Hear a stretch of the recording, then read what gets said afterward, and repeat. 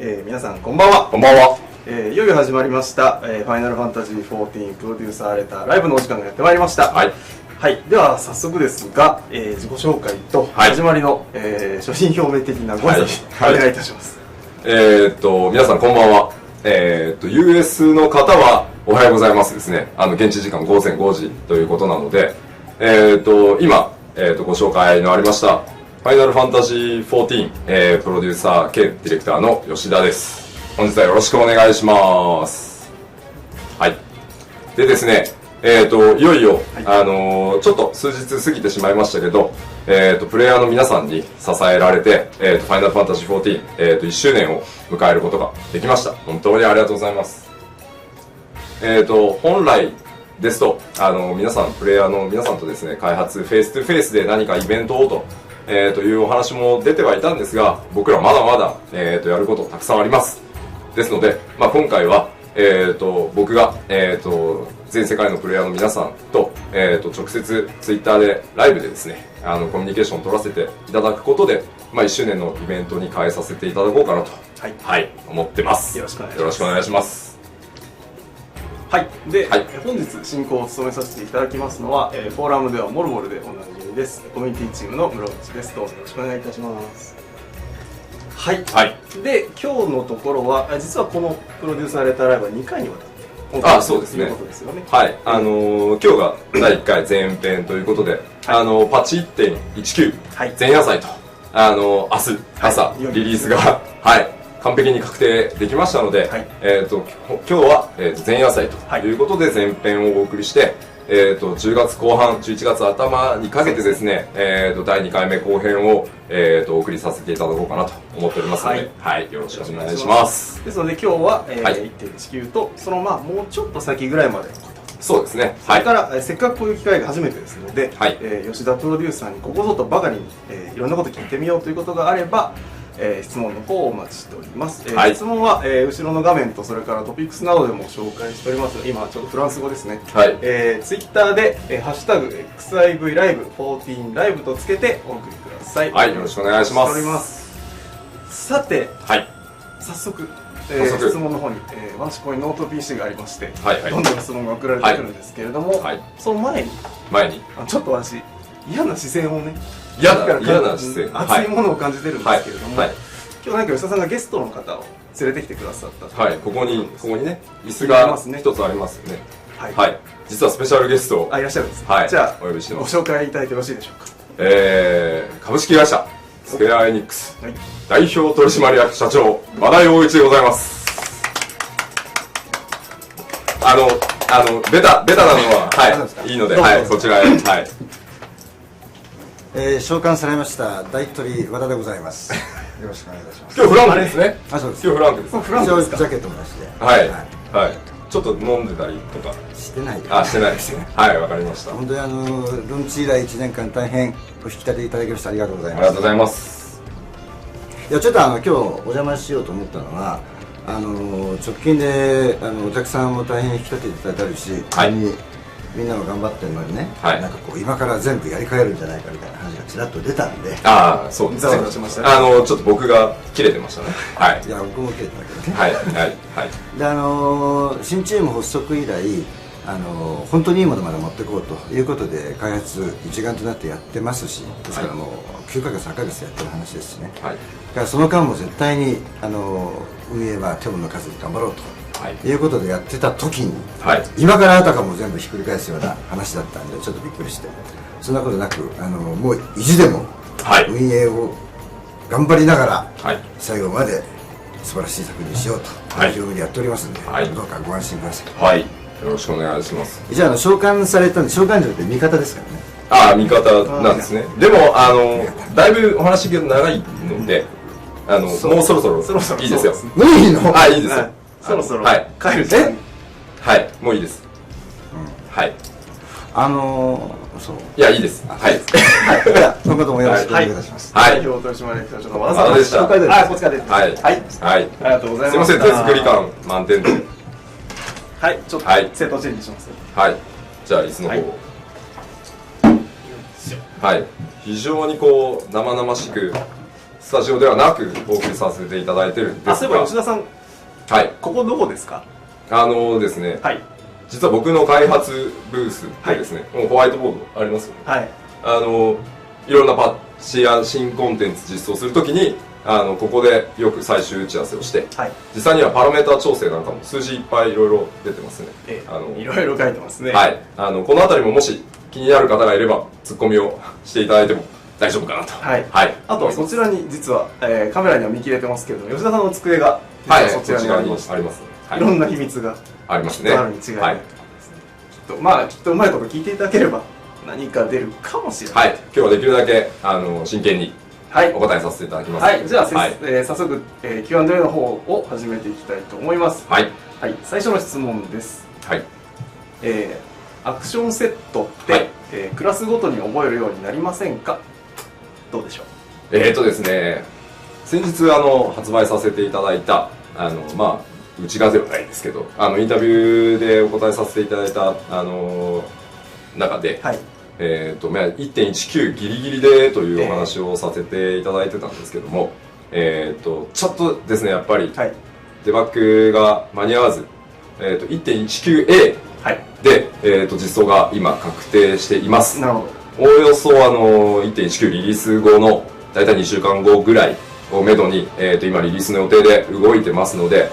そちらをお楽しみにいただければ、お待ちいただければね、はい、はい、実装されると思います。はい、ありがとうございます。はい、では続いて次の質問です。はい、出ました。これ多いですね。マップの回収、PS3 版の FF14 っていつ頃目にすることができるのでしょうか？ずっと待ってるんですということが来ましたが、はい、はい、ありがとうございます。ですね、マップの回収と、はい、それからUI、はい、ユーザーインターフェースですね。ユーザーインターフェースの回収、それから日本のフォーラムではサーバー側でおなじみのサーバー回収に関してはですね、目下全力でもちろん進めさせていただいてます。それでですね、今後もちょっと以前フォーラムでもちょっと僕ポストをさせていただいたんですけども、パッチ 1.19 がリリースした後で、いろいろ詳細をご報告できるタイミングをね、はい、はい、作ろうと思ってます。で、資料もですね、いろいろつけて、プレイヤーの皆さんに、はい、お知らせしようと思いますので、その後、要は、今回の、プロデュースされたライブの後編で、もっと詳しく突っ込んだ質問を逆にしていただけるんじゃないかなと思ってますので、はい、そちらで全部、本当正々堂々と、はい、はい、お答えさせていただこうと思いますので、はい、とはいえ、はい、ライブをせっかくやってますので、ちょっとだけ何かちょっと開発資料ですが、はいはいはい、カメラ寄れますかね。大丈夫そうですね。こんな感じで、これはですね、いろいろ書いてます。これグリダニアですね。そうですね。すごい勢いで、いろいろこんなのですね。こうかな。そうですね。はいはいはい。文字が気になりますね。はいはいはいはいはい。という感じで、はい、かなり大胆に作り替えをもうすでに進めています。はいはい。ですので、この辺りもぜひ後編の方ではもっと詳しくですね、はい、お伝えできると思いますので、はい、ぜひそちらをお楽しみにしていただけたらと思いますので、よろしくお願いします。ではそちらを待ちつつ、はい、今日のところは 1.19 関連とそのちょっと先ぐらいまで、そうですね。ぜひよろしくお願いします。はい、ありがとうございます。では次の質問に行きたいと思います。はい。ヨシピーのご趣味は何ですか？いろんなのが混ざってきますね、これ。僕の趣味はあんまりどうでもいいかなという感じはしますけど、基本的には仕事ばっかりしてるのと、はい、パチンコが、はい、パチンコ、はい、こんなところで言うことかという気もしますが、はい、パチンコ大好きです。はい、ありがとうございます。はい、次の質問です。はい、吉田さんこんばんは。こんばんは。私は調理師をやってるんですが、はい、食事効果の見直しの時期と、はい、現在の食事に対する改善のイメージをお聞かせください。ということですね、食事に関しては、現状 1.20、はい、もしくは 1.21 として、だいたい回収プランはすでに出ていてですね、じゃあどこまで、どのタイミングでやるのかというのを、今まさにちょうど 1.19 がみんな作業終わりましたんで、調整している最中です。ですので、間もなく、回収が行われると思っていただいて良いかなと。はい。で、効果については、非常に難しいところでですね、食事に関しては。ものすごく効果が高くなってしまうと、とにかく、例えばバトルコンテンツに行くときに、全員何かしら決まったアイテムを食べて、強化してからじゃないと来ちゃダメみたいな流れにもなりますし、かなり微妙なバランスをきっちり取らなきゃいけないので、そこら辺を今ある効果とまたちょっと違った形で食事らしいもので、調整していきたいなと思ってますので、詳しく決まりましたらまたフォーラムとかね、はい、レターの方でお知らせできるんじゃないかなと思います。間もなく今まさに、権限学学の議論をしている最中ですので、はい、はい、じゃあそちらの方ご期待ください。そうですね、はい、お願いします。はい、では次の質問です。はい、ペースこんな感じで大丈夫ですか？大丈夫ですよ。はい、じゃあ行きましょう。はい、過去の FF 作品を見ても、古代魔法は膨大なダメージを与える究極魔法ですが、はい、FF14 での古代魔法は現在はそれとかけ離れています。この点は今後調整されるのでしょうか？ですね、今ちょうど以前からお知らせしている通り 1.20 で、大幅にアクションの見直し、はい、効果の見直しなんかを、考えてます。で今まさに、バリバリ皆さんにね、いち早く公開できるように作業を進めていますので、その中で具体的なイメージっていうのをお伝えできるんじゃないかなと思ってます。はい、で、まあ、しっかり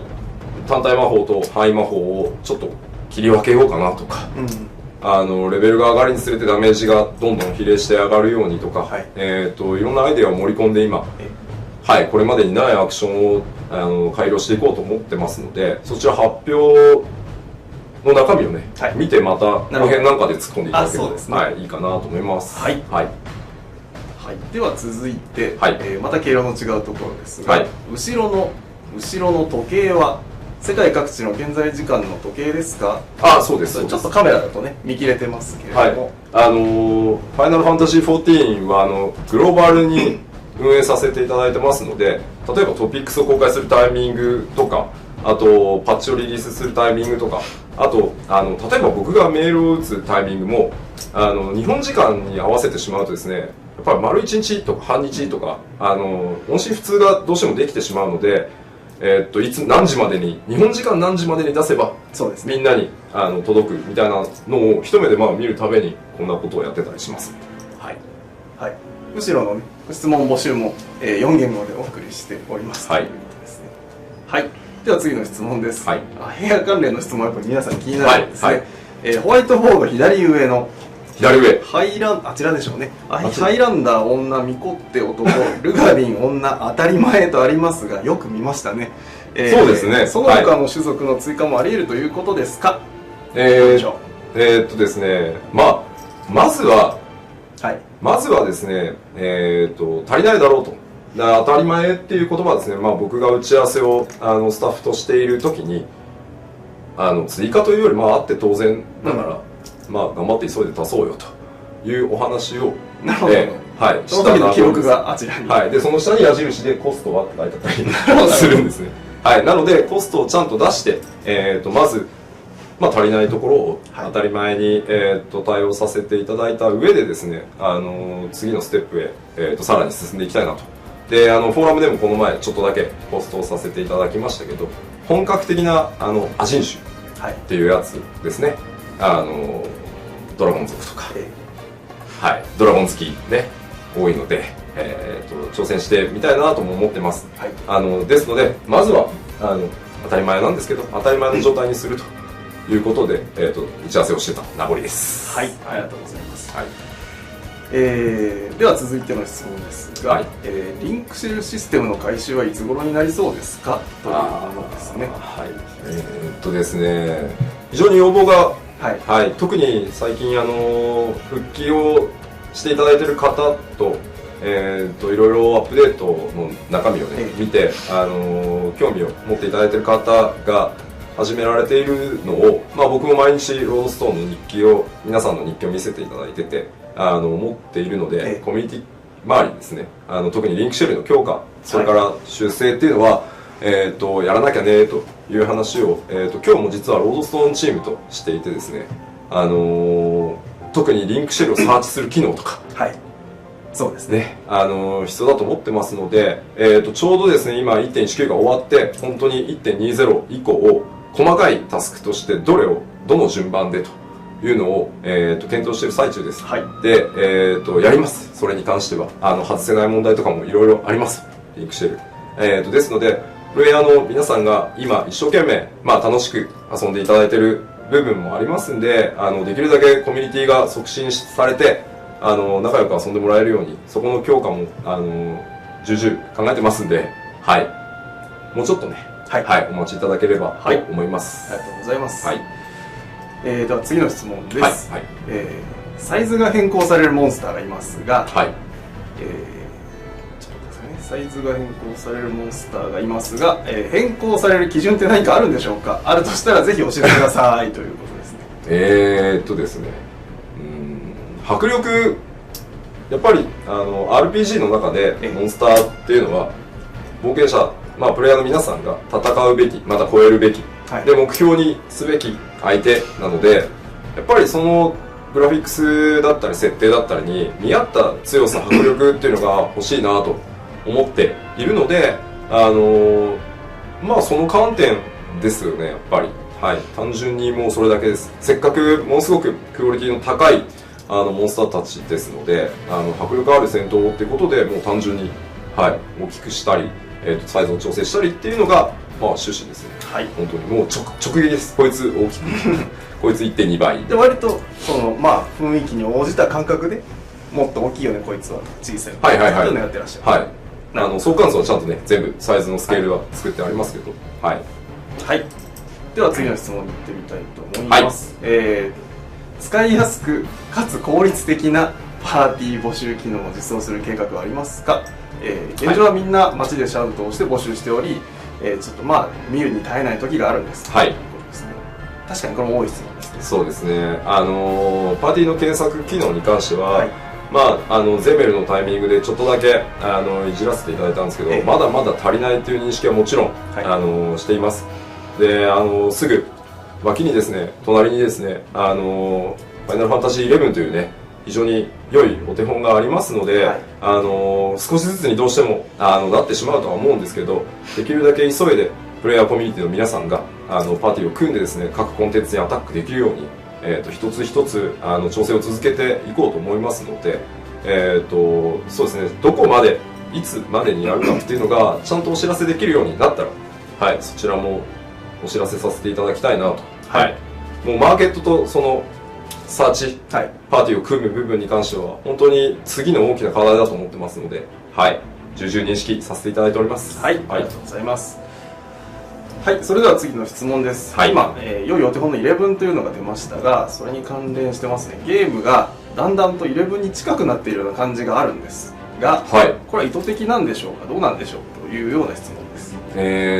意図的ではないです。確かにオートアタック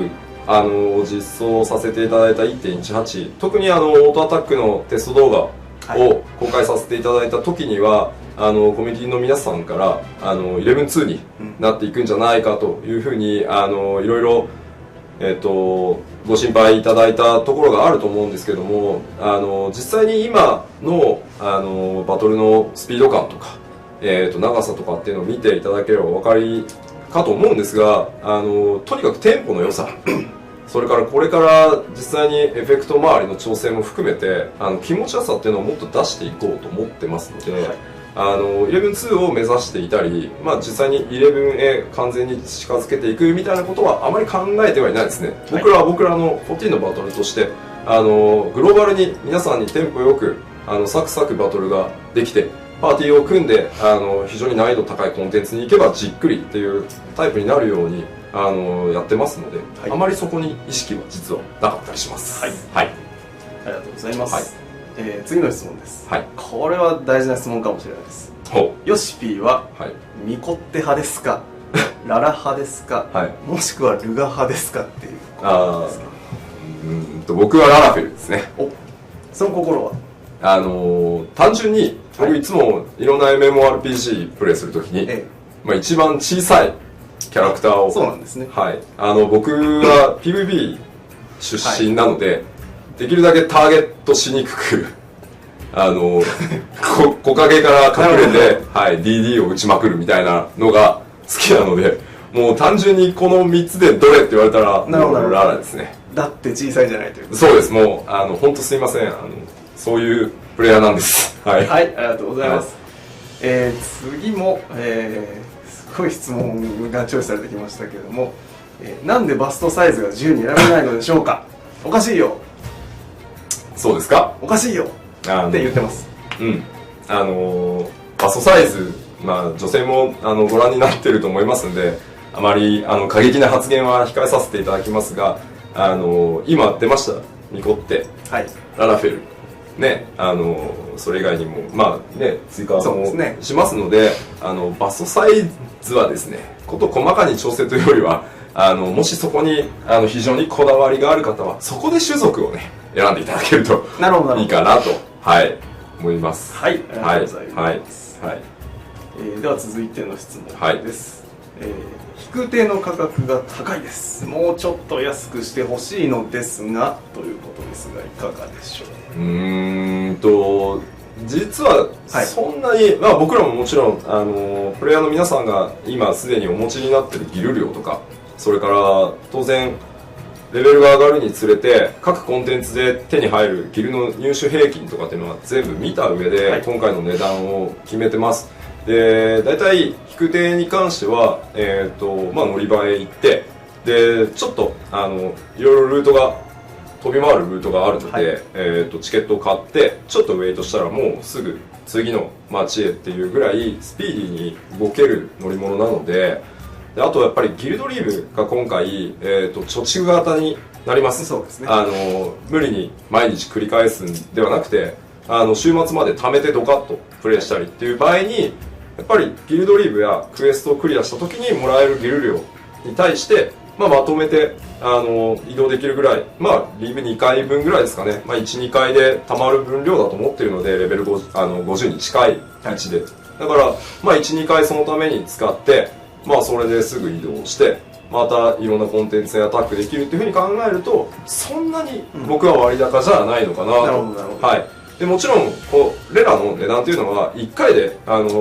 決まるものではなくて、皆さんの経済状況とかを見てパッチのタイミングでちゃんと調整していこうとは思ってますので、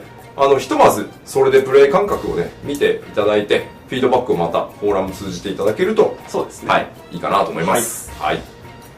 ィードバックお待ちしております。お待ちします。次に、これはおそらく今現在はプレイされてない方からの質問ですね。1年前のスタート時点でランク30程度で終了したものです、がここ1年何が目玉として変わったんでしょうか。これから再起したいんですけれども、目玉を分かりやすく教えてほしいですということですが。そうですね、この質問すごく難しいところです。で正直ベースで僕お答えさせていただくとですね、まだまだ実は僕ファイナルファンタジー14に関してはグローバルに、しかもファイナルファンタジーの名前を冠して胸を張ってですね、もうこれだというところまでに関してはまだ 50% ぐらいかなと、先ほどお話も出ましたプレイヤーパーティーをサーチする部分ですとか、例えば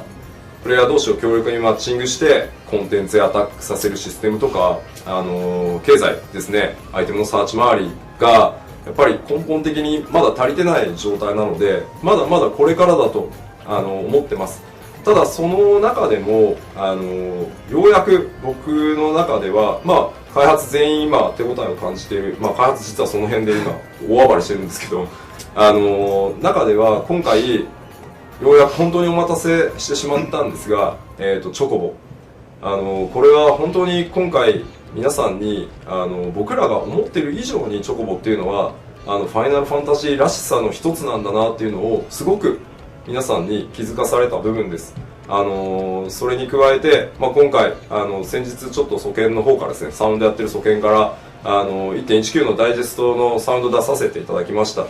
えば曲一つ一つに対しての僕が考える FF らしさとか素研が考える FF らしさっていうのを、ガチンコでそろそろやらせていただいて、でさらにね、今回目玉でありますバンシンイフリート、レベル30とレベル50と2つのコンテンツとしていよいよですね、他のナンバリングタイトルでは召喚獣と呼ばれてた存在がようやくではあるんですがお届けできるようになりました。なのでこれからどんどん FF らしいと FF の、MMO としてプレイしていただけるんじゃないかなと思ってますので、そのあたりに注目していただけると嬉しく思います、ぜひ復帰をしていただけると僕らも励みになりますので、ぜひよろしくお願いします。はい、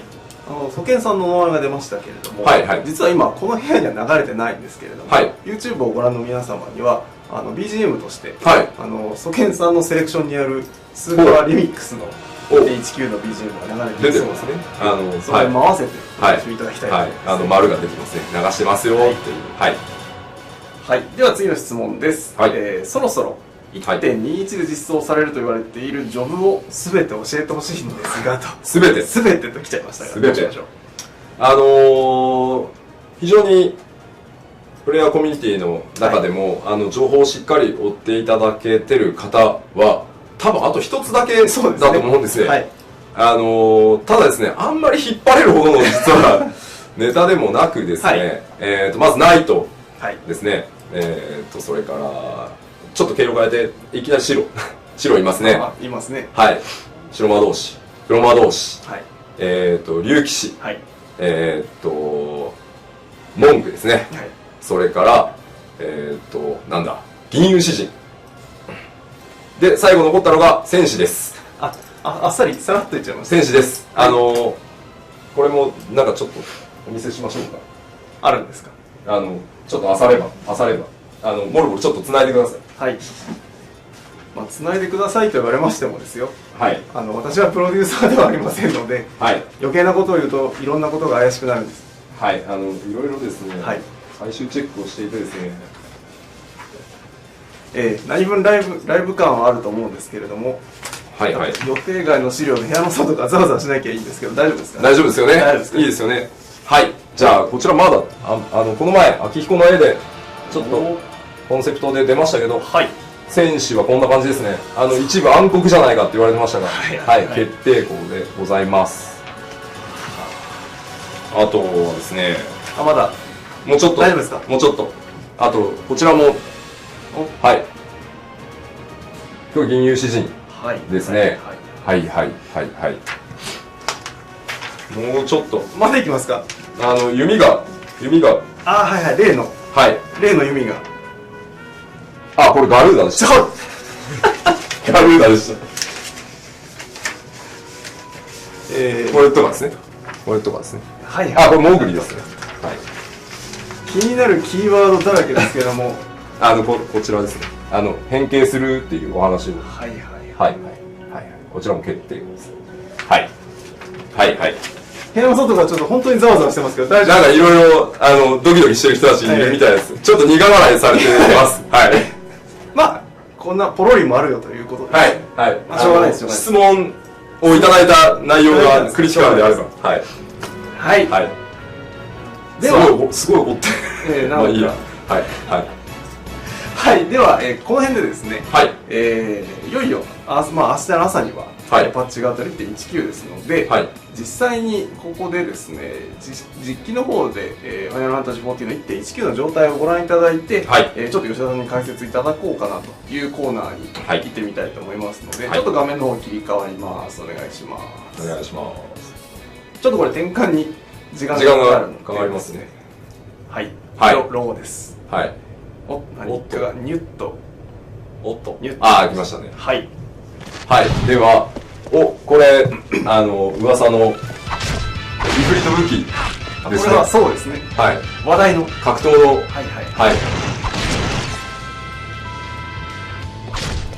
光ってますね。光ってますね。はい。いいですね。はいはい。これあれですね、次追加するダンジョンですね。あ、そうなんですね。はい。じゃあ場所も新しい。はい次にデジョンをして、はい。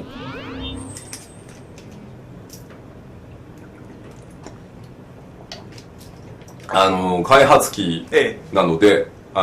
いろんなデバッグコードがですね、裏でバリバリ走っているので、通常の皆さんのクライアントよりちょっと遅いっていう状態ですね。はい、来ました。はい。では今度はアイテムですね。アイテムといえば、今回ですね、皆様のご要望にやっとちょっとお答えできたかなと。アイテム枠左上を見ていただければお分かりいただけるように、今回100追加させていただいてですね、キャラクター200のアイテムを、早くも200分の200になってますけども、あとはちょっと利便性をまず第一弾としてですね、10個ずつのこういうアイテム送りが入ってます。で、次の1.20 に向けて、50アイテムずつぐらいのページ切り替えっていうのも順次対応させていただこうかなと、思ってます。ただちょっとね、全 UI 回収までのちょっと暫定処置っていう形になりますんで、またもろもろ UI の根幹対応なんていうのが、決まって皆さんにお知らせできるようになったら、ちょっとそのあたりも詳細をお伝えしたいかなと思ってます。と言ってる間にちょっと気になるアイテムが出てきました、マテリガですね。魔法クリティカル威力プラス50とプラス50、50ですね。これ一応最高性能のマテリガになってますね。これハマってるやつが、で今回ですね、アイテムいろいろメニューを見ていただけるとお分かりの通り、これを装備すると、グリーンで下にヘルプ出てますね。何がどう増えるのかというのが、一目瞭然で、お分かりいただけるように、いろいろ手を加えさせていただいてます。こんな感じですね。で、下の方にはいろいろマテリア可能とかですね、マテリア装着可能とか、そうですね、いろんな情報が見れるように、できるだけインゲームの中でですね、情報が分かるようにと、当たり前のことなんですけども、いろいろ調整させていただいてます。でさらに下の方にちょっとこれはマークに3と書かれてるやつとか2って書かれてるやつが禁断のマテリアクラフト、言われているやつですね。2個バシッとはまっております。で3個と、これは相当禁断な人でないと到達しないだろうと。これに関しては気軽にできるとは思わない方がいいということですか。そうですね、1個つける確率は100、2個目から、もうそれは禁断の秘技だと、通常の方がやることではないと、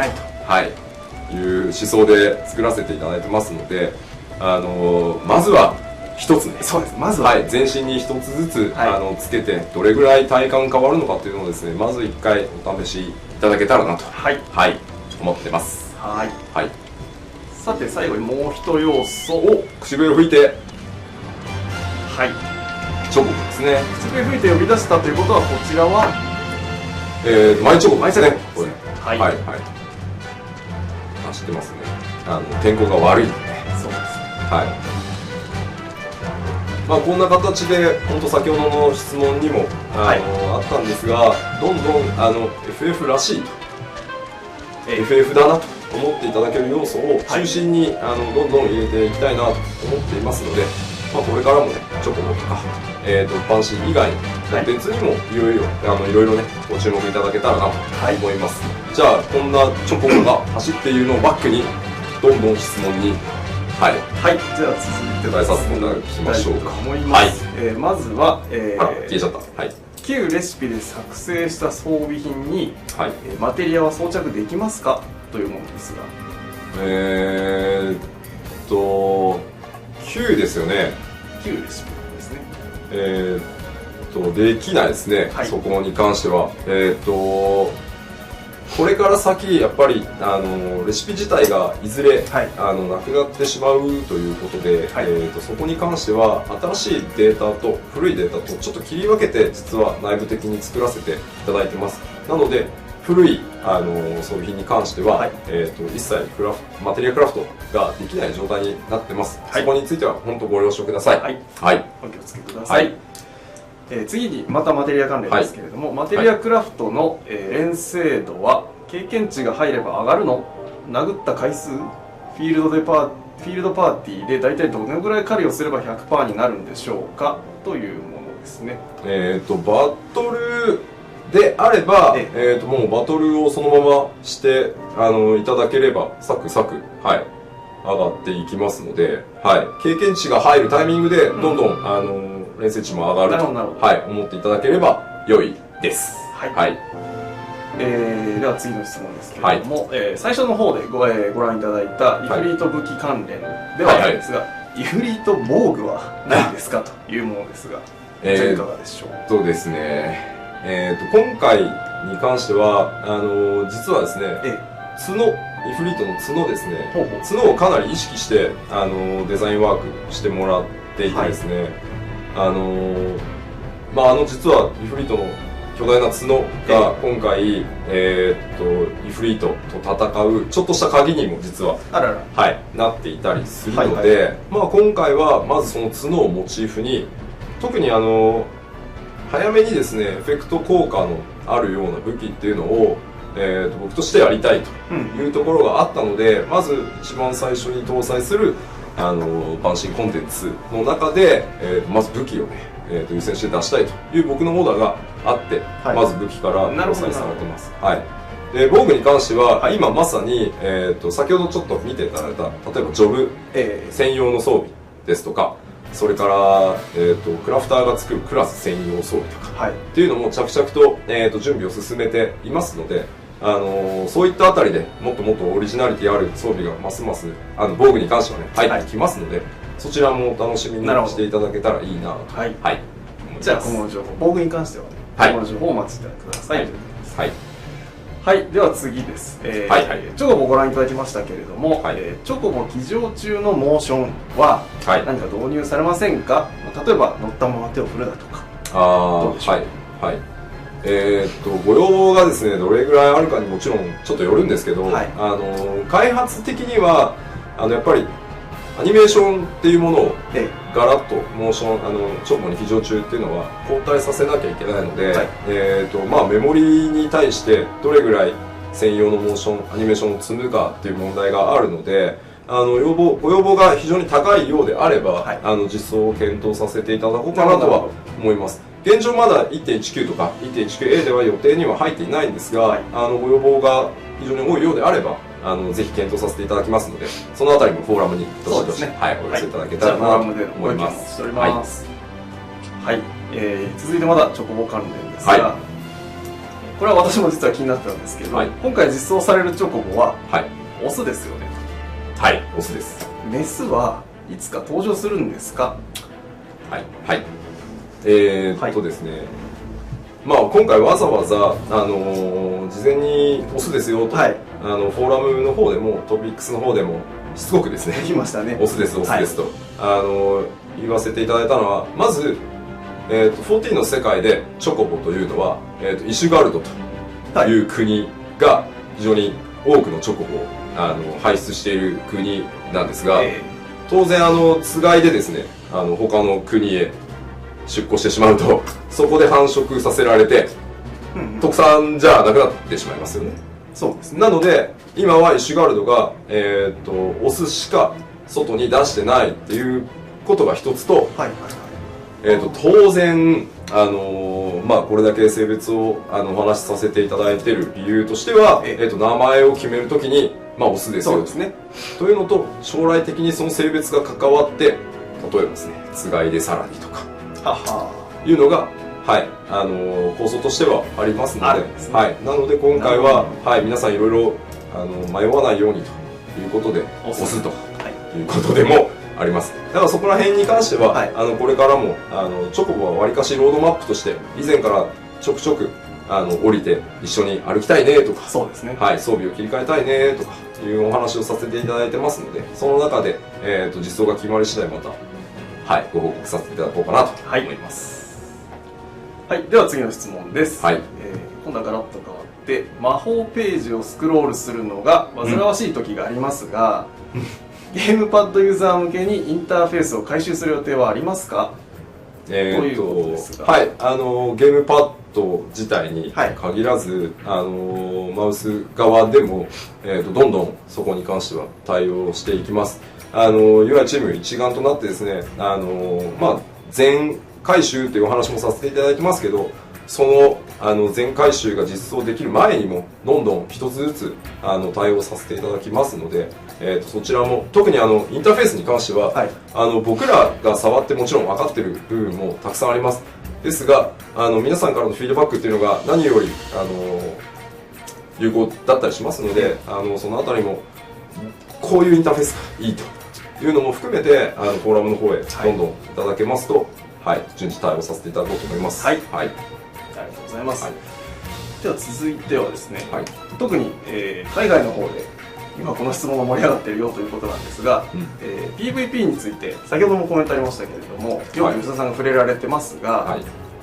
吉田さんのお考えとしてその本格的な PVP なのか、どのように楽しめるものなのか、PVP に関してどういうものをお考えですかというところをちょっと聞いてみたいということです。はい、PVP はですね、ちょっと話し出すとですね、めちゃくちゃ長く終わらない感じですね。はい、なるんですが、はい、主に2系統を考えてます、PVP に関しては。まず、その前にですね、前提としてなんですが、ファイナルファンタジー14、特にファイナルファンタジーっていうゲームですので、PVP のコンテンツを実装するとしても、PVP はどうも苦手だと。人対人ってちょっと苦手という方もたくさんいらっしゃいます。ですので、まず PVP を実装するとしても、無理に全員のプレイヤーがプレイしていただかなくても影響がないように最初からデザインはしっかりさせていただいてます。で、実は今バトルのフレームワーク改修というところの仕様の中にはPVP を意識した仕様というのも最初から設計に組み込んであります。で、その先コンテンツとしては大きく2方向あるだろうと思っていて、まず与えられた、戦場があり、その戦場は、例えばコロセウム、はい、次に誰とどんなチームと戦うかがある程度分かっていて、お互い対戦相手の顔が見えていて、用意ドンでスタートする、はい、正々堂々、決着をつけてくれというタイプの決闘式の、PVP が一つと、はい、あとはもう一つ、フリーローアーミング、一つ丸ごとゾーン1個を PVP エリアとして開放して、その中で、一つ、ちょっと競い合う要素を実は考えていますので、それをめぐってですね、複数の勢力が、入り乱れて戦うと、なるほど、はい、いうのをちょっと2系統考えさせていただいてます。ですので、カジュアルにというか、ちょっと PVP を体験してみたいなと思う方はコロセウムでちゃんとランクの見合ったこれレベルじゃなくてランクって言ったのはPVP ランクみたいなのもちゃんと導入しようと思ってますので、そこで見合った実力のプレイヤー同士がPVP をしたりですね、っていうカジュアルな面と、本格的にやりたいのであれば戦場へ行っていただいてですね、バシバシ、はい、という2系統の、はい、計画しております。はい、ありがとうございます。はい、では次にちょっとここからちょっとゲームからちょっと離れるようなんですが、はいはい、吉田さんのことをいろいろ知ってみようコーナーになるようです。はい、誰得だっていう企画だと思います。はいはい、これまでの、1周年なので、これまでの1年で最も大変だったこと、それから嬉しかったことをそれぞれ教えてください。すごい難しいですね。大変だったことですか。大変だったことすごいなんか出てこないですね、いきなりだと。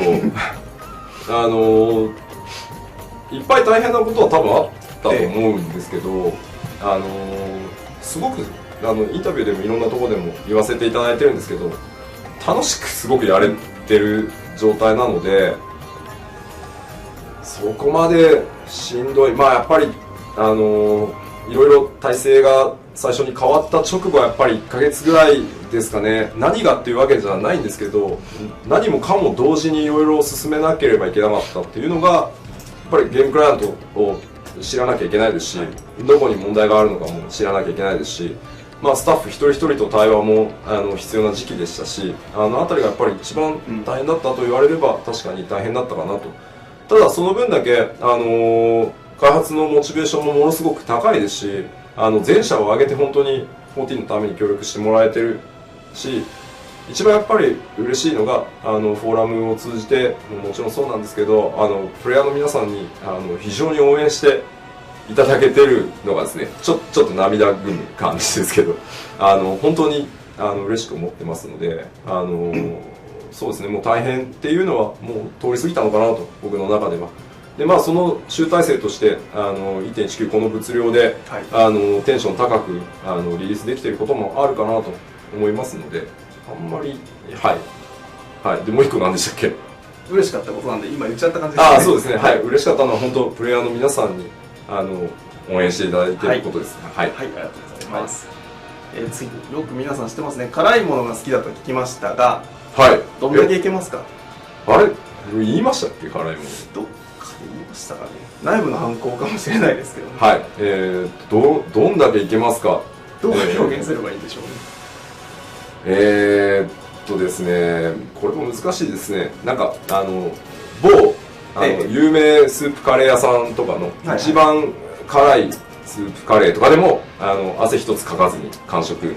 できます。水もいりません。そのぐらいです。そのぐらい。本当どうでもいい僕の話でしたね。じゃあ次いきます。吉田 P は、オンラインゲームの一番いいところはどこだと思いますか。一番いいところですか。オンラインゲームってやっぱり人とのコミュニケーションが、一番ってよく言われがちなんですけど、僕自身は最近のやっぱりオンラインゲームだと結構疲れることもあるだろうなと、皆さんすごくやっぱり実生活の方で忙しいので、家に帰ってきて本当にガチガチのコミュニケーションまた取らなきゃいけないみたいなところってやっぱりちょっと辛いのかなと。だからその世界の中に他にもプレイヤーがいるっていう空気感とかを共有しながら、時には一緒に、時には一人で必ずプレイがちょっと違う、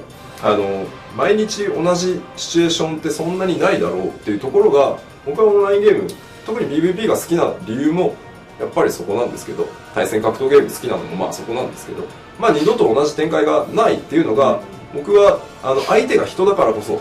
違ったシチュエーションが出るっていう意味で、オンラインゲームはそこが一番魅力的かなと思ってます。ありがとうございます。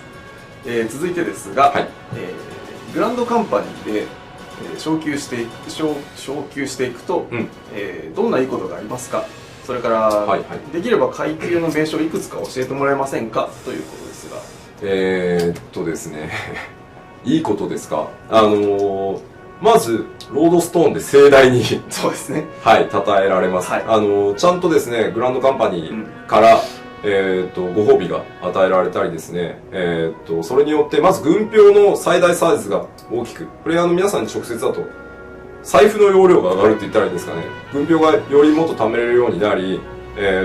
それ専用の称号を持てるようになり、さらにはですね、そこに歌詞ってありますね。ありますね。歌詞館とか左官とか準将とかいろいろ用意されております。で下に頭、胸、足、気になりますね。マイクの陰で微妙に見えないですがあんなものも昇格するといろいろいいことがあるかなと思っていたりします。次は実に優しいな。よし P、そろそろタバコ吸いたくなってませんか。吸いたいです。ありがとうございます。コーヒーも飲みたいです。では続いてですが、吉田さんが今おっしゃった2つの PVP、2系統を考えてますよとおっしゃられた PVP のうち、前者の方には、プレイヤーを一方的に攻撃できる PK、プレイヤーキラーですね、要素も含まれてますか、それとももっとスポーツライクな PVP ですか、どちらでしょうか。コロセウムとさっき話をした方に関しては、PK という考え方はないですね。お互いPVP することを了承したチームが戦うと。だからこっちはかなりスポーツライクと思っていただいていいです。ただ、もう一方、一つのゾーン全体を使ってっていうお話をさせていただいた方に関しては、もうそのゾーンに足を踏み入れたらそこは戦場ですという考え方をしているので、ふらふらうろうろしているとどっかから魔法が飛んできたりとかいう可能性はあります。はい、そこは必ずそのコンテンツにアクセスするとき、そのゾーンに入るときにちゃんとプレイヤーの皆さんに、いいですかと、この先は戦場ですというのをちゃんと聞かせていただこうと思ってます。はい、そういう危険地帯に足を踏み入れなければそういうこともないだろうなと、思ってます。次の質問です。格闘は神になれますかというシンプルな質問です。ですね、格闘好きはですね、辺にね、実はですね、いるんですね。コアメンバーの高井宏がですね、ものすごく格闘が大好きですね。でですね、あそこでニヤニヤして言うなお前みたいな顔をしてますが、いろいろバージョンを重ねるたびに、格闘強くと、松井権代の方にプレッシャーをかけていてですね、結構 1.19 いいダメージ出ますよね、今回ね。出ますよね。なんか丸って言ってます。格闘光り輝く瞬間が訪れるんではないかと、思いますので、ぜひご期待ください。次です。禁断のマテリアで失敗したら素材などを全て失ってしまうのはなぜでしょうか。ペナルティとして大きすぎないでしょうかということですが、いかがでしょうか。ペナルティとしては確かにかなり大きいのかなと。で、ただ、今回さっきもちょっとマテリアのお話でさせていただいたんですけども、連成度っていう名称に変わりましたけど、それぞれのプレイヤーの思いみたいなものが、最終的にマテリアという石に変わり、魔石に変わり、それが次のアイテムに引き継がれることで、武器、防具、それからプレイヤー自身のパワーアップをさせてくれるわけですけど、実際マテリアは全身に7箇所、つけることができます。で、一つ一つの効果もかなり上位のマテリアになってくると強力です。で、それを全身7箇所に、つけること、一つずつですね、つけること自体はそれだけで十分強力だと思ってます。ですので、まずはそこで考えてみてください。十分だと僕は思ってます。ただその先ですね、本当に強さのみを、求めるのであれば、禁断と呼ばれるところにね、足を踏み入れていただいても構わないんですが、それぐらいリスクを背負うから強くなるんだということを、無理やりですね、押し込むわけですから、それぐらいのリスクをまず1回、確かに MMO でも、最近の MMO では類を見ないぐらい厳しいペナルティかなと思いますが、一度こういう頂点に、特にプレイヤーヒエラルキーっていうのがね、オンラインゲーム出来上がります。頂点はやっぱり絶対にゲームの中で必要な要素だと思ってますので、その頂点の山を今回ちょっと高めに設定させていただきましたんで、まずは一つずつはめて、その強さを確認していただいて、その先とはいえ人って欲望を持つものなので、次へ進むのか、思いとどまるのか、それはもうプレイヤー皆さんの、プレイスタイルとか時間の使い方にかかってくると思いますので、僕としては一回ぜひそれで、プレイをしていただいてですね、またフィードバックを、いただけたらと思います。続いての質問です。装備品の耐久度はこれはいらないんじゃないでしょうかというものですが、耐久度どうでしょう。この手のあれですね、議論も結構フォーラムでもさせて、いただいたんですが、やっぱりそうですね、世界観に関わる、なんかそういえばありましたね、世界観がっていうキーワードもありましたね。何かアイテムを使えば摩耗をする、摩耗をするから、修理が必要だからクラフターの皆さんがいるっていうところももちろんそうなんですけど、RPG を続けていく上でやっぱり絶対的な最低ラインの緊張感とか、とりあえず強敵が向こうに見えてる時に、死んじゃってもいいからとりあえず突っ込んでみようみたいなところって、僕はやっぱりちょっと自分のゲームデザインのポリシーとしてはちょっとないだろうなと。ただ第一世代の MMORPG がそうであったように、例えば本当に一発死んでしまった時に軽く2週間とか3週間とかエヴァクエストで味わったようなロストをですね、こうもう今の世代の皆さんにはまあ正直しんどいだろうというところもあって、やっぱりそこで失うものとしては、まあ、大事にしてくれてる装備が傷むというところでまあうまく回せるバランスなのかなというところがやっぱりなくさない理由の一つですね、はい、ただ僕が今回ちょっと調整を入れた部分としては、やっぱり今までこう数値がリニアにこう下がって、耐久度が落ちると徐々にこう弱くなっていくみたいなのがすごくやっぱ自分でもやっててストレスフルだったので、もう0か1かにしようということで、今回思い切って仕様を変えてますので、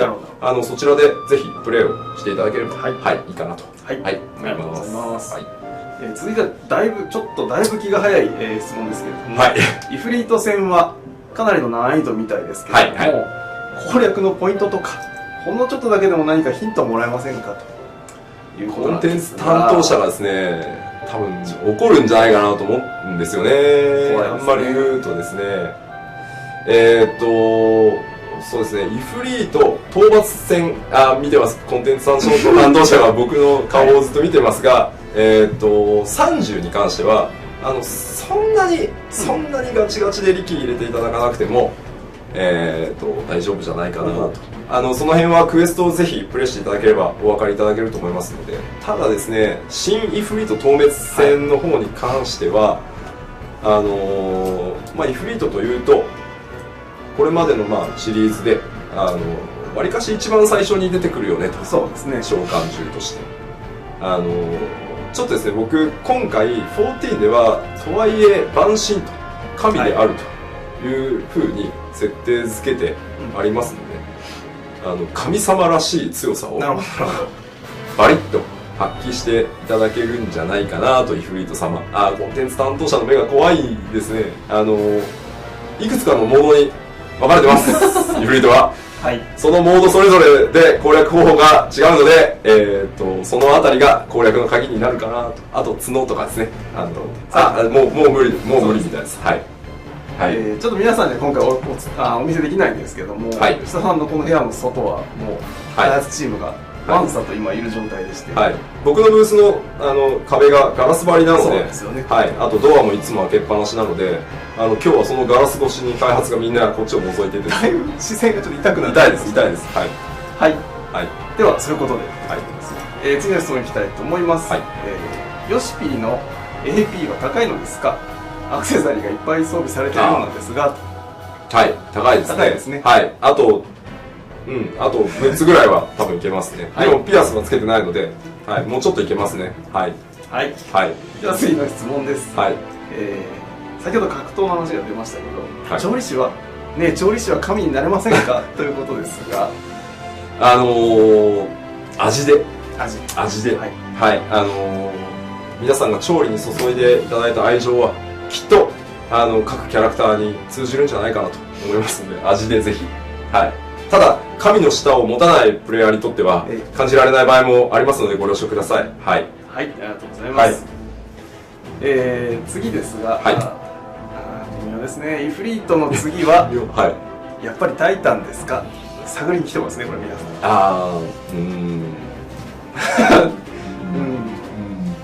ん。吉田さんが言い出すと開発ブースがざわつくっていうこの流れね。出してもいいですか？ニコニコしてます。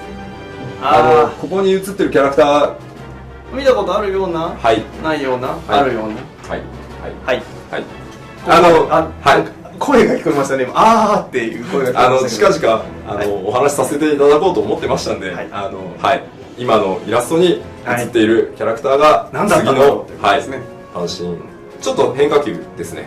はい、いろいろまたイフリートにはない仕掛けを、もうこれ以上言うな。怖いんでちょっと先行きましょう。はい。次に今回チョコボが実装されますけれども、他にどのようなマウントを実装することを検討していますか？はい、ということなんですが、今回、マウントの基本的な仕組みというのをプログラマー一同、あと、はい、企画チーム頑張って実装してもらいましたんで、これからもチョコボってやっぱり僕らにとっても特殊な思い入れのある、キャラクターなので、単なる乗り物みたいな扱いはするつもりはもちろんないんですけど、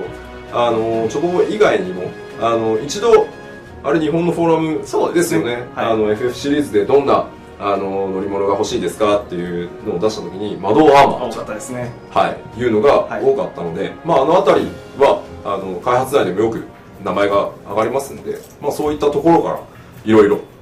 天国からね技術を奪ったりとかですね、はい、そういうふうに考えていこうかなと、はい、じゃあこれぜひお楽しみにということですね。はい、はい、ありがとうございます。次ですが、グランドカンパニーのイラストで出てくる偉い NPC は、演説以降も会うことができるのでしょうか。はいはい。それからもう一つですね、はい、メインシナリオに出てきた NPC、はい、パパリモやヤシュトラなどに今後会うことができるのでしょうかと2つの質問がセットになります。はい、今回、はい、まあ、演説が入りますんで、主要 NPC、まずイダやパパリモたち、はい、サンクレットとかですね、には間もなく会える機会が来るかなと思います。はい、でさらに三国の首領たちっていうのは今回、エオルゼアには、第6例祭と呼ばれる、はい、大事件が今着々と始まろうと、まあすでに始まっている部分もあります。でその中で三国の首領たちがなぜ今グランドカンパニーを復活させることになり、冒険者の皆さんをそれぞれのグランドカンパニーに招聘しようとしているのか、彼らはもっともっと情報をたくさん、はい、持っている状態です。なのでこれからもっともっと事件が進展し、進んでいくと彼らからの言葉もね、プレイヤーの皆さんのグランドカンパニーに対しての信頼性とか貢献が上がってくるとどんどん姿を現して、はい、対話が進むんじゃないかなと思ってますので、そのあたりは本当パッチでどんどん進めていきますので、はい、ぜひお楽しみに。はい、はい、それでは次の質問です。はい、前回のゼーメルの攻略スピードは、はい、開発者として速いと思いましたか、遅いと思いましたか。ですね、まあコミュニティ、はい、レップ側は大体8時間と予想してたんですよね。そうですね、あの時大体8時間でおそらく最初に突破するプレイヤーの方が登場するだろうというふうに予測されていて、僕が、3日持ってほしいなというお話をしていた、ちょうど、まあ、若干3日よりぐらいですかね。そうですね、はい、に最初の突破した方が出始めたので、ちょうど良かったのかなとは、はい、思ってます。なので今回、まあ、ゼーメルに関しては、長いダンジョンの中に、まあ、いろんな攻略ポイントがあって進んでいかなきゃいけない形でしたけど、まあ、イフリートに関しては相当ガチンコで勝負という形になっているので、まあ、ゼーメルをしのぐというあたりを、はい、さて、今回のレターライブの後編では、まあ、どんな方々がどれぐらいのスピードでイフリートに打ち勝つことができたのか、そのあたりもね、はい、お知らせできれば良いかなと思ってます。はい、ぜひ頑張ってください。はいはい、続いての質問は、はい、またこれヨシピーを指導質問が来たんですけれども、はい、こんにちは。こんにちは。ヨシピーのゲーム業界でのキャリアはどう始まったんですかっていう質問です。ゲーム業界、いきなり経路が違いますけれども、ゲーム業界でのキャリアですか。あんまりよそ様のこともあるので、そうですね、はい、あんまり詳しくは言えないですけど、もともとはシナリオを書きたくてですね、今でもシナリオを書きたいんですが、まあ、シナリオを志して、業界に入ってですね、まあ、もともとプログラムをコーディングするんですけど、まあ、大型 RPG で、下積みをし、メッセージをいっぱい書きつつ、気がついたら、なんか1年目、業界入って1年目ぐらいにはなぜかいろんなディレクターをやっていたという感じです。だからキャリアとしてはなぜかディレクターという肩書きがすごく長いです。はい、はい、はい、ありがとうございます。はい、続いての質問です。はい、1.19 の、占有システムで PL やり放題な気がするんですけれども、どうなんでしょうかというところですこちらもですね、はい、フォーラムの方にすごく、長文で恐縮なんですがポストをさせていただいた、はい、ことなんですが、PL し放題って何をもって、PL と定義するかということかなと僕は思うんですが、フォーラムにも書かせていただいた通り、例えばですね、ボルボルが僕と全く違うゲームをプレイしている。例えば僕は14をプレイしていて、モルボルはまだプレイしてない、で僕がもうすでにレベルキャップに到達していて、50であると、いう時に例えば誘った、で僕はもうエンドコンテンツ今回例えば 1.19 だと、もうイフリートに行きたくてしょうがない、でも誘われたモルボルは右も左も分からないし、でもすごく仲がいいっていう時に助けてあげたいんですね、やっぱり、すごく僕が14を好きで愛してれば愛してるほど同じく仲のいい友達や家族やねに良さを知ってほしいんですね、その時に手助けがやっぱりできる余地っていうのがすごく欲しいと、いうことで、何をもって PL かっていうことなんですけど、単純にね僕がレベル50のキャラで、モルボルがプルしてきた釣ってきたモンスターを倒すのをバシバシ手助けすると当然少し、EXP に対してダメージは入ります。なのであまりにもかけ離れた状態っていうのは抑制は計算式上されてはいます。ただこれまでっていうのが、何を指して言うのかって微妙ですけども、もうちょっと緩くていいだろうと。例えば僕は今もうエンドコンテンツに行きたい、でいっぱいいいコンテンツもあるっていう時にもう一緒に早くこっちに来て一緒に遊ぼうぜと言ってあげられるのが、僕はこれからのというか、現世代の MMORPG に必要な部分かなとすごく思ってるんですね。どうしてもここに断絶がすごいあると、やっぱりやめてしまうと思うので、僕は僕で、自分たちのコミュニティのメンバーとやっぱり新しいコンテンツへ行きたくなってしまうので、そこをできるだけ埋められる余地として今回占有を外したりですね、計算式変えたりしている部分があります。ですので大手を振るってどんどんしてくださいということではないです。ただそういう余地が、大切だろうと思っているということです。ありがとうございます。続いての質問です。月齢に関する噂について。月齢、月齢や月の向きによって制作は影響を受けるのでしょうか。これすごく、フォーラムでも盛んに言われて、そうですね、この手のやつは言われてますよね。これお答えした方が幸せですか？幸せですかね。どうでしょう。それはどうでしょうね。都市伝説にしておいた方がいいこともあるのかなと、思ったりしますので、この質問に関してはやめておこうかなと思います。じゃあ次いきます。ロードストーンにレベル51から60のレシピが公開されています。これはどういうことですか？キャップが解放されるのですか？という質問です。ですね、今回レシピをすべてロードストーンで公開させていただいたのは、できるだけどんなレシピがあるのかっていうのを14の公式でお知らせできるようにということで、1.19 に合わせてテーブルを作ってきました。でその中で、50以上のアイテムが出てる部分に関しては当然50に到達する直前とかにはもっと上位の実はレシピが存在していて経験値を稼ぐために作れるので、リストに入っていますよということになってます。でイコールキャップ解放かというとそうではないです。キャップが解放されるかっていうのはまたちょっと別問題ですね。ありがとうございます。次はものすごくざっくりとした質問が来ましたけれども、新クラスシステムについて教えていただけますか？新クラスシステム？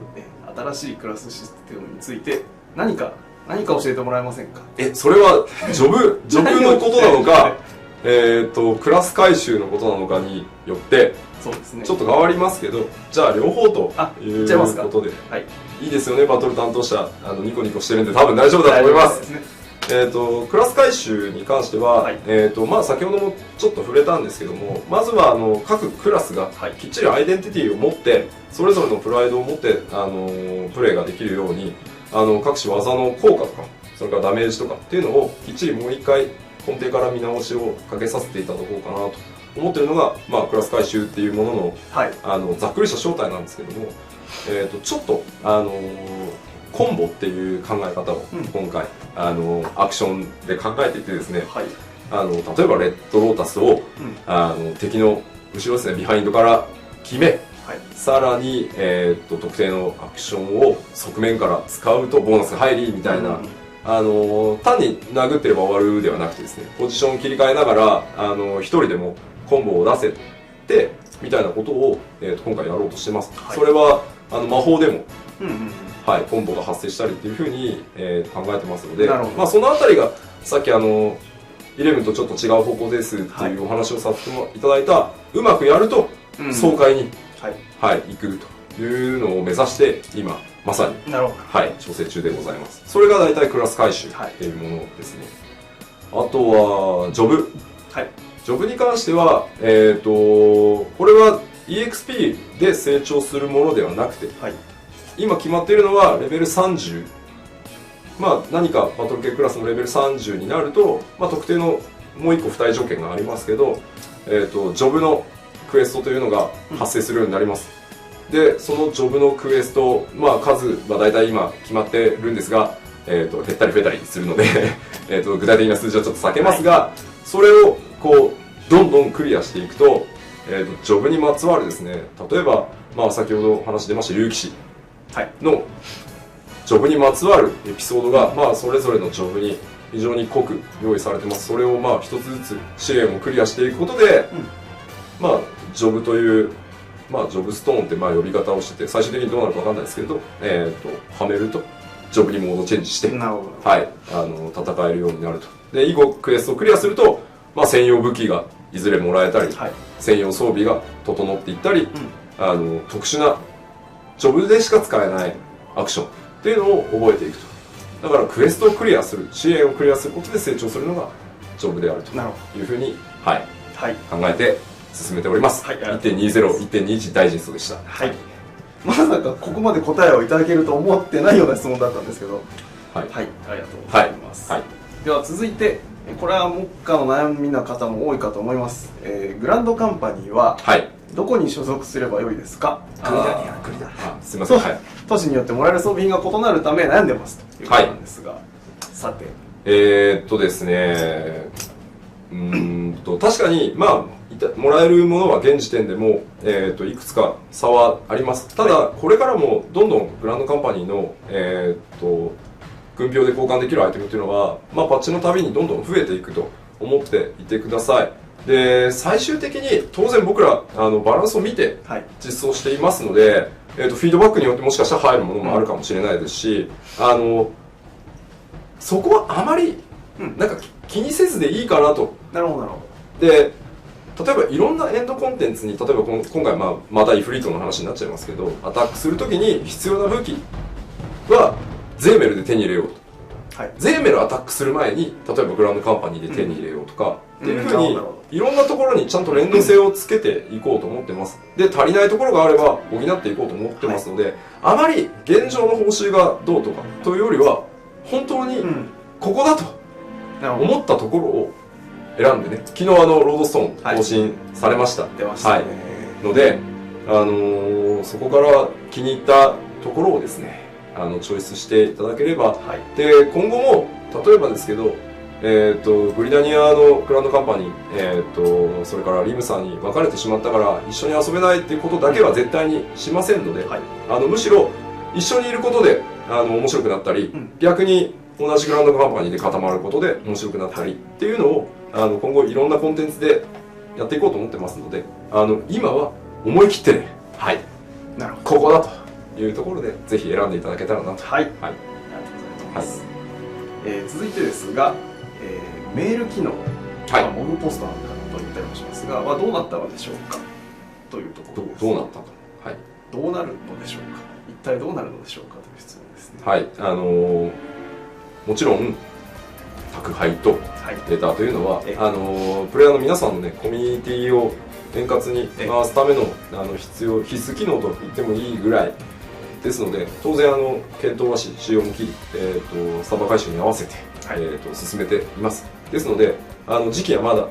後編の方で、そうですね、はい、お答えさせていただきますが、進んでいます。で必ずやります。はい、ありがとうございます。はい、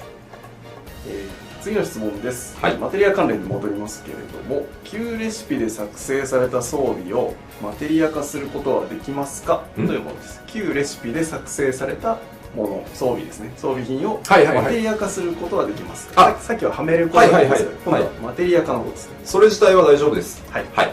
それ自体は大丈夫ですので、今回ね1.19 ですいません皆さんにいろいろ混乱をおかけしてしまったんですが、いよいよ明日 1.19 でガラッと新レシピっていうのが導入されます。で旧レシピと似たようなアイテム名称ではありますが、性能の違うものがバンバン、出てきます。でいずれこの古いレシピに関しては、ゲーム内から消えていくことになるので、すでに今回素材の排出が停止するアイテムもかなりあります。ですのでどんどん逆に愛着が、あるからこそ今までにどんどんマテリア化していただいてですね、新レシピで作った武器にその思いを引き継いでいただけると嬉しいなと思います。では次の質問です。これフォーラムでも話題になってましたが、おしゃれ装備やセクシー装備はいつ実装されますか、というものですね。おしゃれ装備やセクシー装備ですか。何気に注目が高いんでしょうか。どうなんでしょう。そうですね、水着が大反響、そうですね、違った耐熱装備が大反響いただきましたので、そうですね、今ちょうど見積もりを実はかけているところで、まずはどうしてもジョブとか、それからクラス専用とか、あともう一つですね、クラフターギャザラーの皆さんの専用とかですね、まずそちらから、あそこにも書いてある当たり前ですね、あれをきっちり用意させていただこうと思ってます。でその上ですね、今まさにセクシーうんぬんっていうのは見積もり中で、1.22 か 1.23 ぐらいには多分いい知らせが、いいお知らせが、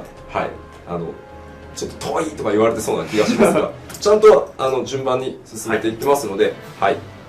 ご期待ください。ご期待ください。では続いての質問です。マンドラゴラの登場の予定はありますか、というものです。いかがでしょう。じゃあリストに加えられないかキャラクターチームに伝えておきます。ありがとうございます。次にこれは吉田さんの質問ですね。トレードマークといえるメガネですが、そちらですね、プライベート用と仕事用で分けていたりするのですか。そういえばマフラーって書いてますけど、マフラー、いや、まずはメガネから。いや、普通にプライベートはこれもう使ってます。でもサングラスかけてる割合の方が多いです。マフラーではなくストールでございます。ありますが、質問一つでも多く答えた方が良いかと思います。ではそろそろですね、これ実は何気にもう1時間20分近くになるんですが、そろそろ名残惜しいんですけれども、次で最後の質問ということなんですが、クエストが指し示すエオルゼアの大いなる危機について何かお知らせはありますか、ということなんですけれども。そうですね、年始で、いろいろ、ポエ基地と言われる由来にもなった4拍子もそうなんですが、特に今後ライブとライブファン、リブート、リビルドと4つのキーワードを出させていただいたうちのライブが非常にそこに強くかかってくることになります。でこれからパッチのたびにさらにどんどん、重大なクエスト、重大なエピソードで、そこにまた序文も絡まり、どんどん、エオルゼアの世界っていうのが激変していくことになります。ですので、いろんなものを振り返ると、あれもそうだったかこれもそうだったかというふうに思っていただけるように、いろんな仕込みを全方位に、やってるつもりですので、まず今回搭載される 1.19、 また重大なクエストいっぱいあります。その辺をプレイしつつ、フォーラムでいろいろ議論をしたり予測をしたりしていただけるとありがたいかなと、思います。はい、それでは、9時から約1時間20分にわたってお送りしてきました、ファイナルファンタジー14プロデューサーライブなんですけれども、早かったですね。残念ながらちょっと1回目は後編でお時間が来てしまいましたので、では最後にですね、吉田さんから、ご覧いただいた皆さんに締めのご挨拶をお願いしてもよろしいでしょうか。ですね、冒頭にも、お話しさせていただきましたが、本当に、厳しい船出となった14ですが、僕らがやっぱりここまで開発を全力で続けてこれたのはプレイヤー一人一人皆さんの声援と、何よりプレーを続けていただけてること自体がやっぱりこれは14チームだけではなくてスクエアニックス全体にとってですね、ものすごく励みに、なりました。僕らも引き続きね、皆さんの思いにぜひ応えさせていただくために全力で、またいろんな発表一つ一つとかこれからやっていくこと一つ一つがいろんな驚きとか、これも14らしいなと思っていただけるようなことをいろいろ仕掛けさせていただこうと思っていますので、ぜひゲーム内外含めてですね楽しみにしていただけたらと思います。引き続き開発スタッフいます、未だに全員同じ思いだと思います。これからもファイナルファンタジー14をぜひよろしくお願いします。よろしくお願いします。それでは、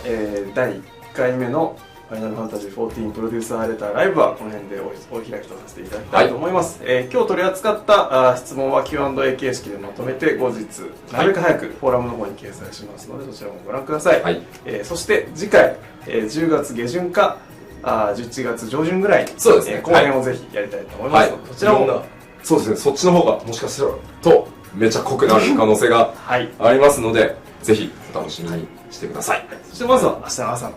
そうですね、 1.19 をぜひ、1.19、そういえば前夜祭でした。ぜひねお楽しみください。それではここでお開きさせていただきたいと思います。どうもありがとうございました。さようなら。